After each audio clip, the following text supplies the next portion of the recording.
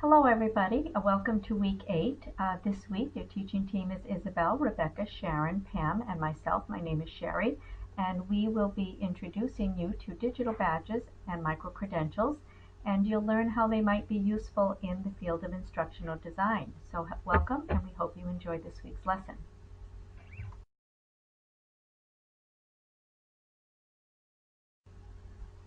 So here's a snapshot of what you can expect in this week's lesson. We're going to start with an overview of digital badges and how they have the ability to be transformative.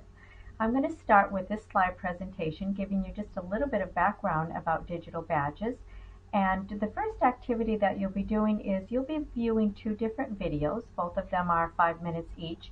And they each give kind of an overview of digital badges with a little bit of different slant.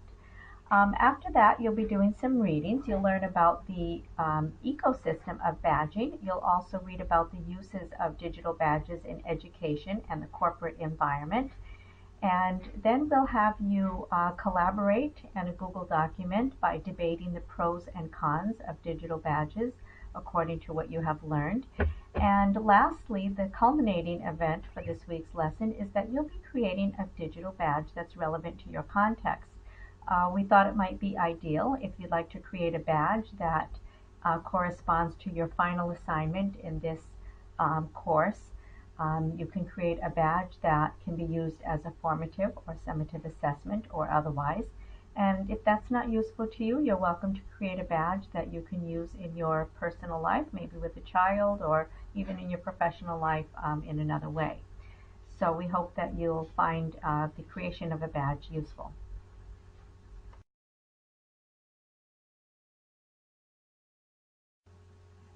In the first part of this overview, I'm going to say a few words about the origin of badges before we look at the definition of digital badges, so we're all on the same page with that.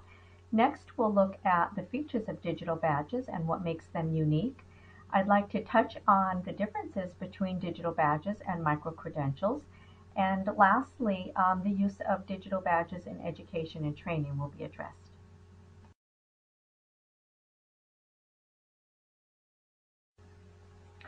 Although we are just recently hearing about digital badges in the gaming and education environment, the fact is that badging goes back for hundreds of years. So we put this diagram up here to remind you that badges as a recognition of honor dates back to the Middle Ages when knights were awarded badges of honor.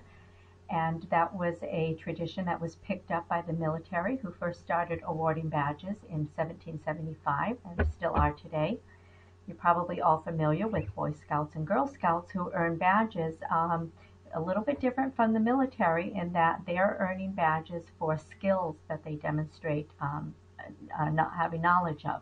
That started in 1910. Boy Scouts and Girl Scouts are still earning badges today. My daughter has a number of them.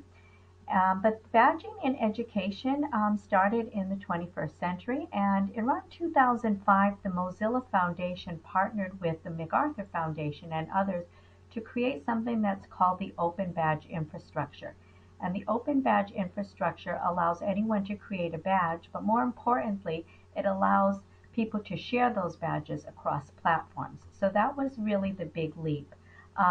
In gaming, anybody who's interested in digital badging is familiar with maybe attaining a certain level or level of achievement or skill, and then you earn a badge, and that allows you, kind of unlocks the opportunity to go to the next level. In social media, there have been a couple of cases where people are earning badges when they connect with a certain number of people.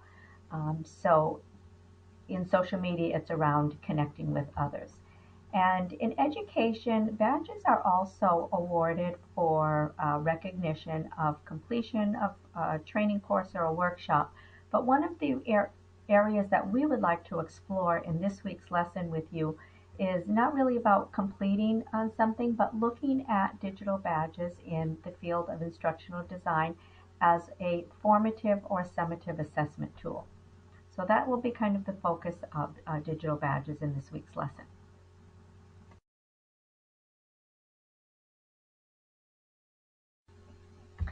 So So let's make sure that we're all on the same page by looking at a definition of digital badges. There's two definitions up here that complement one another. The first one, which I'll narrate, says a digital badge can be defined as a representation of an accomplishment, interest, or affiliation that is visual, available online, and contains metadata, including links that help explain the context, meaning, process, and result of an activity.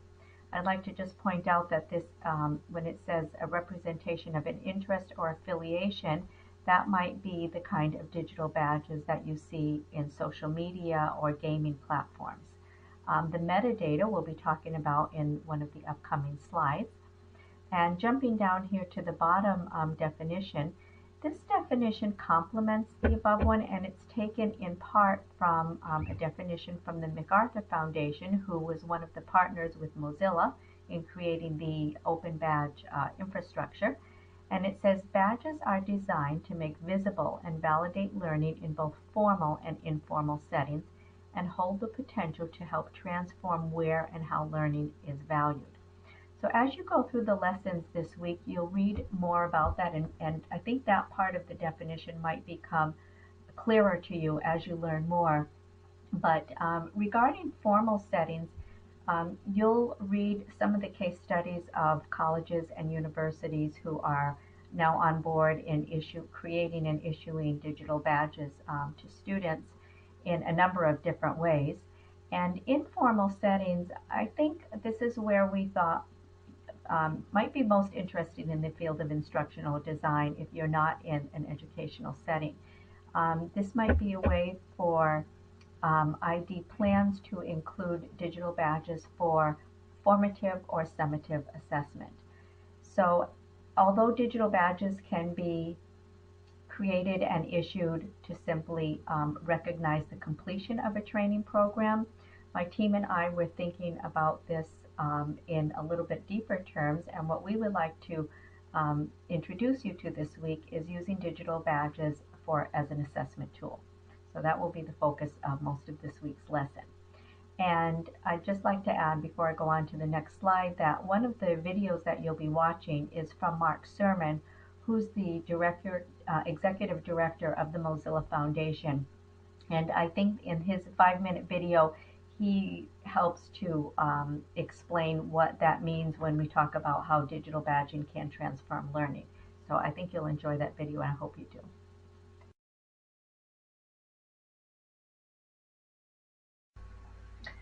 So metadata is what makes digital badges unique. And here we have some bullet points of what metadata means. So number one, it's a URL that contains the details. So when someone earns a digital badge, how they share it is by giving a URL, a web address, and that takes them to the place where their digital badge is housed, a digital badging platform.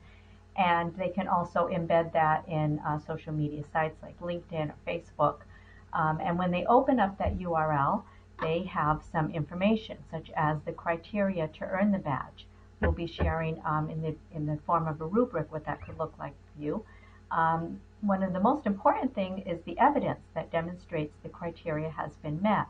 So different from a degree or a certificate where you have the name of years of learning or a workshop or whatever, this is something that's very concrete. So it might be a project, it might be a video, it can be just about anything, it could be a reflection, but it is the evidence that gives the proof of learning. We feel like the evidence, because it's on something very specific in skills and knowledge versus a degree that encompasses years of learning, it gives learners or badge earners the language to talk about what they know or what they can do. It also gives the metadata includes the details of the organization that issued the badge, the background of the person who reviewed the badge and approved it for acceptance, and it could possibly have links to further information about the badge earner, including other badges, and you'll get a bigger picture of that also through the video with Mark's sermon. And I just added this last bullet point that I think what makes in a feature of one of the digital badges, what makes them really unique to to summarize that is that badges are portable, they're rich in data, which is this metadata, and they're shareable.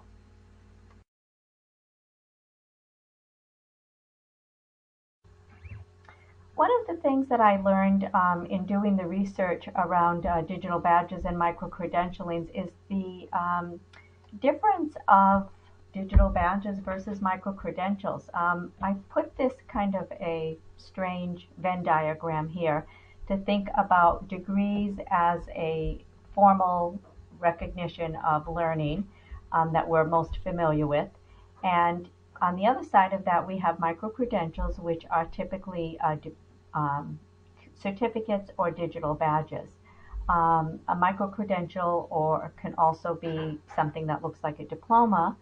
And a digital badge, I put that it's in the middle because I was recently enlightened by a presentation that I saw from the University of Buffalo, and they have a very advanced and robust digital badging program. In fact, they have a position who's the educator of digital badges and micro-credentials, and her name is Ann Reed. And what Ann said was a digital badge doesn't have to be a micro-credential. So when we think of micro-credential, we think of micro meaning small. So it's a small credential, probably smaller than an advanced degree or bachelor's degree or an associate degree, something that's capturing micro learning.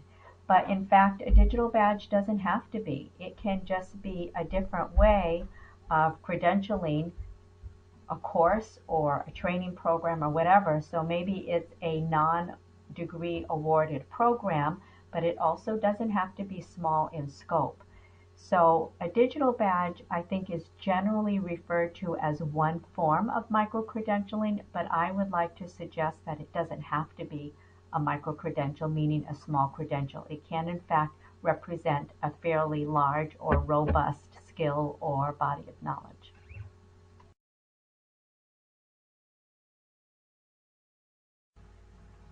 We've touched on the different ways that digital badges can be used in education and training, and they're listed here. Is one is recognition for completion. Typically, they might be given out as kind of an extrinsic reward for completion of a learning event, which might be a workshop or a multi-day or a fairly lengthy or even a robust training program. A reward for achievement that could look like something in sales when a salesperson or in a corporate environment they have achieved a certain dollar amount in sales or some other numerical measurement. And the last one is assessment for learning, which I had mentioned about formative and summative assessment. And I'd like to just say a couple of words and take that one step further. Is one way that many educational and corporate institutions have been looking at digital badging as an assessment for learning is creating learning pathways. And within learning pathways, digital badging is sometimes used as a guidepost, and as that would be as an formative assessment tool.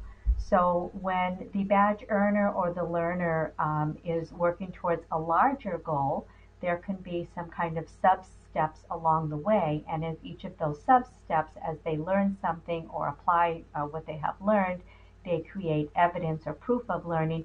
They submit it as an assessment. It's reviewed, and that kind of unlocks the opportunity for them to go on, or it might be a juncture for them to decide, okay, now I know how to do this. Shall I go this route or shall I go that route? There's a lot of different cases and case studies about using digital badges for assessment. And I like the idea of thinking about it in giving learners choices and guiding them in a longer learning path. There's a lot more to say on that, and you'll be learning about that in this week's readings. Thank you, and we hope you enjoyed the lesson this week.